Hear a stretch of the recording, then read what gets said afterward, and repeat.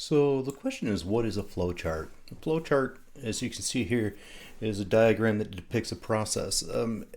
It, it can be for computers, it can be business, it can be uh, even for cooking, it can be, well, let's even take mapping, going from A to B for a trip. It's an important way of mapping a process, mapping the direction that you're going. It's an important process of mapping the as is, how is the current process happening, and comparing it to the to be, like what do we want this to be able to do.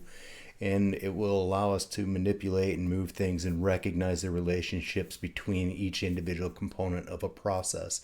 Also helps us identify where decisions are being made, where other processes are integrated into it, etc., etc.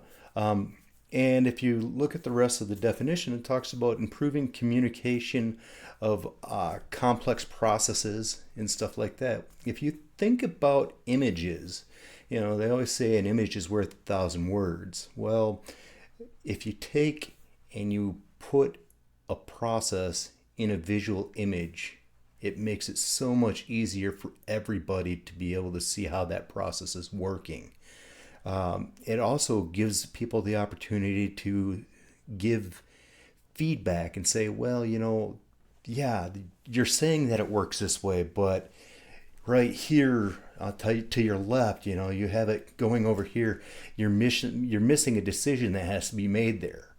And it's a way of getting everyone on board with a simple language, looking at pictures. So hopefully that helps you understand what a flowchart is and why it's important.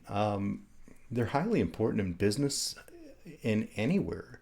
Everything that you do in business is a process. If you're a computer programmer, everything you do needs to be flowcharted beforehand. Otherwise, you don't know how you're getting from A to B. It's like trying to drive somewhere for your very first time without a map and without GPS. How do you get there? It takes you 3 times as long because you're trying to find your way there rather than already having a path preset. So that's why it's important. That's why it's a very powerful tool to use. And I strongly recommend using them for anything that involves a decision, anything that needs a map, anything that you need direction on. And I would strongly recommend doing them for just about every process you have in your business. Mapping your processes can make it so much easier to upgrade those processes and improve those processes. So that's what we have as far as what a flowchart is. The next slide, we're going to take you through a program called Draw.io. We'll show you how to get there and how to log in, etc. Or not even log in, you don't need to log in, but how to save your file and stuff of that nature. Okay, so that's enough for this. We'll move on to the next slide. Okay, class, when you go to Draw.io, you will see the home screen that you see here. It gives you a choice of where you save your files to. You can see that you can save it to Google Drive, you can save it to OneDrive, or you can save it to your personal computer. Let me say this. You do not have to sign up for anything for this website. It is free. You can just create these here. I'll be showing you how you can save the files so you can both change them and so you can submit them as like a PDF or something like that. So we'll continue on through this PowerPoint and I'll show you all that. Hopefully you'll get a good idea of how all this works. Okay, so once you get to this page, you have multiple ways of saving your projects.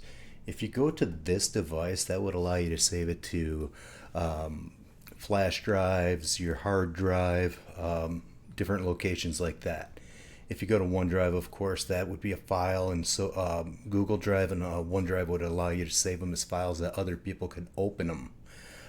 If you look, you can actually import other files that other professors might have you use, okay?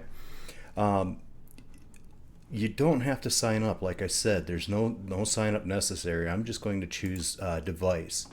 And then right here, we choose what we're going to do. We're going to either create a new diagram or we're going to open an existing diagram. In our case, we're going to create a new diagram, okay? And all of a sudden, look at this. We have all of these options available to us, and many, many more. So all of these diagrams that you have to do for other classes and that, like fishbone diagrams, flow charts, data flow maps, stuff like that, it can all be done in this software, and it's free, and you can do it from anywhere because it's online as long as you have an internet connection. So I'm going to go back to basic, and what we're going to be doing is a flowchart. Okay, and I'll just hit create, and now it's going to ask me where do I want to save it, right? And where I want to save it is, in this case, I can put it in downloads, but I'm actually just going to save it to my desktop somewhere. I don't my wife's photos. I don't really care where. I'll just type flowchart, create a folder so I know where I can find it, and then say save. If you notice down here at the bottom, it saves it as an XML file. Okay, you're going to name it basic decision structure. Okay, and click save. XML is going to allow us to open it again to make changes. If you click down through here, you can see that you can do multiple editable documents. XML is the best one to choose. Okay, so then just click save. It'll open up this, and this is a template of it, so it gives you an idea how it works. So that would be where we're at this point. Okay, so now that we're in this spot, we can start talking about the shapes and what they mean and how they work and how we place them and everything else. Over here on your left, you can see where the mouse is. You're going to notice that there are all these shapes, and when you hover over them, it gives you a little idea what these things are. Okay, diamond, process, cylinder is usually for like data collection, stuff like that. But if you look down further in the lower left, you'll see flowchart. You click that. Now these are the tools that you'll need to create your flowchart. Okay, you hover over them, it tells you everything. Notice that one says database, so you might have a process that gathers information from a database, and you would be able to show it that way. But that's more advanced than we're going today. Today we're just going over basic decision trees. Okay, I'm actually going to delete all of this. I'm just going to highlight it like that. Okay, so I hold down my left mouse button, drag, and just hit delete. Okay, I'm going to undo that real quick because I want to show you. They don't actually have a start and finish, so this isn't actually a really good example at this point. Well, it is and it isn't. So I'll show you how I would go about doing this properly. So we'll just hit delete, and now we will start looking at how we create this. And if you look at this, this is an on-page reference. This is a start right there. Okay, so we want to start. We want to start this process, and we can write the word start in there. All we got to do is double click on it, type start. Okay, then you can resize it. You can change colors and everything else. If you hold shift down, it maintains the shape. If you hold down control, it keeps the center where it's at, and you can change it. Okay, if you don't hold anything, you can make it anywhere you want. Okay, so I just hold shift, so I keep that standard. You can change colors. You can change the way things look. Okay, it's totally up to you. You can do a gradient fill. There's all kinds of nice little tools that you can use. I can make it have a shadow. I can just do it as a sketch. It doesn't matter. Anyway, these are just the basic tools. And I'm going to draw one more box because I want to show you very specifically the next thing that we're doing. And I'm just going to draw the diamond. And we're going to talk about connection lines. These are waypoints and connection lines up here. Okay? If I go here and I select a line, I can literally click on one, drag it to the other, and now they're connected. Watch. Okay? So that's going to be helpful in the future. So that's it for this video on this slide. And if you look at the slide, you'll also see that I have a diagram of the different shapes and what they mean. Okay, so now that we've done that, let's actually talk about what a decision tree is. Okay? A decision tree is you start with an idea, a question or what have you. So you have a start, and then inside a diamond goes your question, and your question could be, let's say you were doing a process of asking someone personal information. So you could say, are you male or female? Okay? So I would double click in here and I'd say male or female. Okay. Once you do that, you would then grab another shape and you would choose which shape you want, and hovering over them you can see that that's some type of process. That's a predefined process. This one is actually asking for data. This is an input, but we're not doing an input either. So we'll talk about that in a second. We can use that. That's not a problem. Okay, we'll use that, and I'm going to put two of them there, and I'll put another one. I'll just copy that and I'll paste it. Doesn't matter where I paste it. If you look, you can line things up too. It makes it easy to line up because of the way that they do things. Now, if I grab my arrows, I can connect them, right? I just showed you that you can do that. So I still have an arrow, and we are connecting these shapes just like that. Now, if I double click on, let's turn that off. If I double click on the outside, I can say that I want text, and I could actually put M here. Okay, and I could put I'm just going to Control C and Control V that, so I don't have to create it again. And I want this one to be female.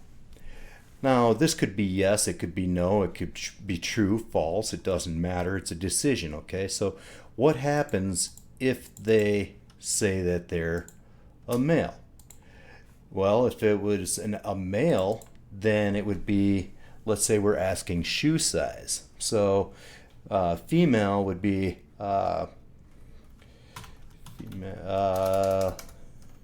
we'll just do shoe size, and we'll actually call it women's shoe size. And the other one we'll have as male shoe size. Okay, so and I'll show you, you can resize everything.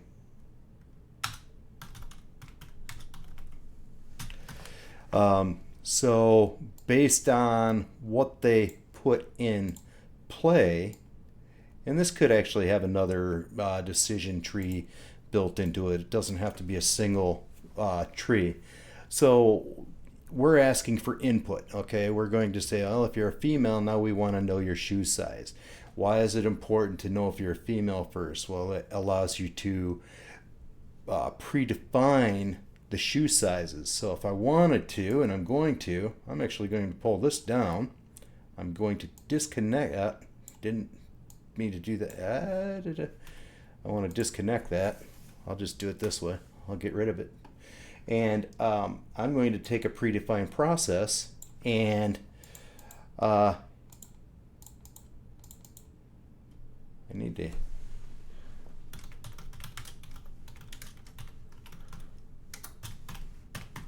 so I can have a women's shoe inventory that is part of this process. Okay, so what would happen is if you said you're a female, it's going to go and it's going to look at all the women's shoes that you could possibly have and allow women to pick from that. So once they have this, now they have to choose the shoe size, and it would go like that. Obviously, I've got something a little off there, but that's better. And then I could do the same thing on the male side. If I just did Control C, Control V, and I don't have to type everything again and again and again, which is nice. So I could say men's shoe inventory, meaning that, you know, men have their own inventory. You know, men's shoes are different, of course, etc., etc.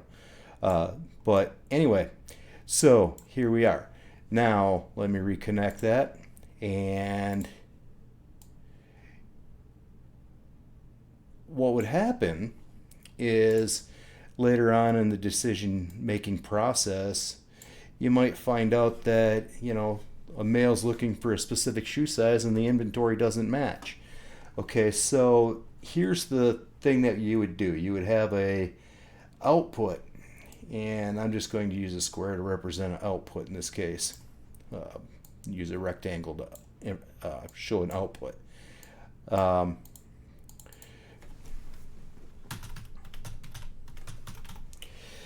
And once you have the shoe size selected and it's male or female, etc., what you would do is you would actually have another arrow that you were connecting, and I gotta click it, select it, there we go. And once you have that, well, I want it, it's not letting me click. Why? Will it let me on this one?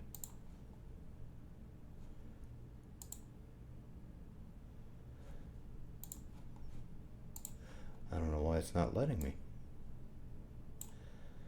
Huh. Well, it'll let me do it this way. So you would actually connect it like so. So all of it connects to the end, and then of course you actually have an end, and the end is just a straight arrow that goes between them. So you would just do something that looked like this, and in here just type end. So this is a very basic decision structure to determine if there are specific sizes for men and women's shoes. Hopefully that helps. Okay. We'll talk some more here in a second. Okay, so now that we created this, how do we save it? There's a couple different ways you save it. Number one, if you just go to File, Save As, notice it allows me to save it as an XML file, and what that does, if you look, it has a .draw.io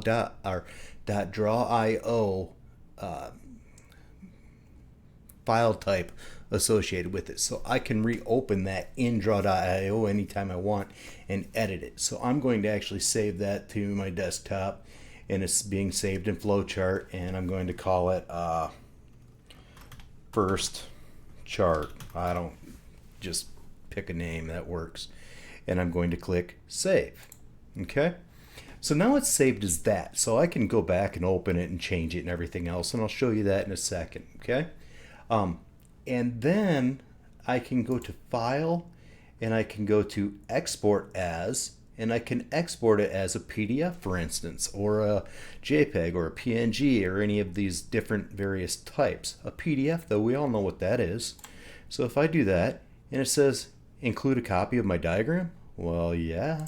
Do I want a transparent background? Why not? Do I want a grid? Do I want to crop it? No, I'll just keep it as is, and I'm going to hit export. I'm going to put it here, back out in my window. It's downloading it. You can see it down here in the lower left.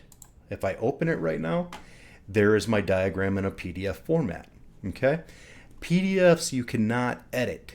So you have to save it as an XML, and you have to save it as, or export it as a PDF. Okay, so that's important. Now that we have that down, for my class, you would actually submit the PDF. You're going to want the other method as well, so you can edit it at any given point. Hopefully that helps and makes sense to you. The next slide will be about formatting things, making it look good, and just seeing how you can format just about everything. It's a pretty intuitive program, so we'll go from there. Okay? Okay, lastly, we will just talk about formatting things and just messing around with how you want things to look and all that stuff. Anything you double click on, you can type into. So if I double click this, I can type in there. If I double click this, I can type in there. If I double click a line, notice it does give me a text box. I chose to put a text box above so I can move it wherever I want. If I was to type it in here instead, you can see that it's going to be quite a bit smaller, but there is an advantage in that if this line moves, so does the letter. Okay, so that's important to understand. So if I did that with that one, I might as well do that with this one. But it does make it harder to line up too, as far as like where it shows. So, you can use your arrow keys to move things around, just so you know. And that arrow keys allow you to kind of fine tune as well. Once you're done, like I said, you can do colors, you can do gradient fills, you can do whatever you want, but you can also change the shape or the size of not the shape, but the size of the line and the type of the line. So it depends on the type of process map you're creating and all that stuff. But I think it's important to recognize that you can do those things. Okay. Your text you can format separate, and you can also arrange the size and everything, like the angle, and if you want it to be flipped horizontal or vertical or what have you.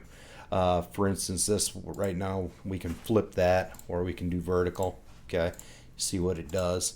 I always recommend people to just go through and try all the different things. Make a little diagram like this and see what the difference is. What's the difference between this and the other?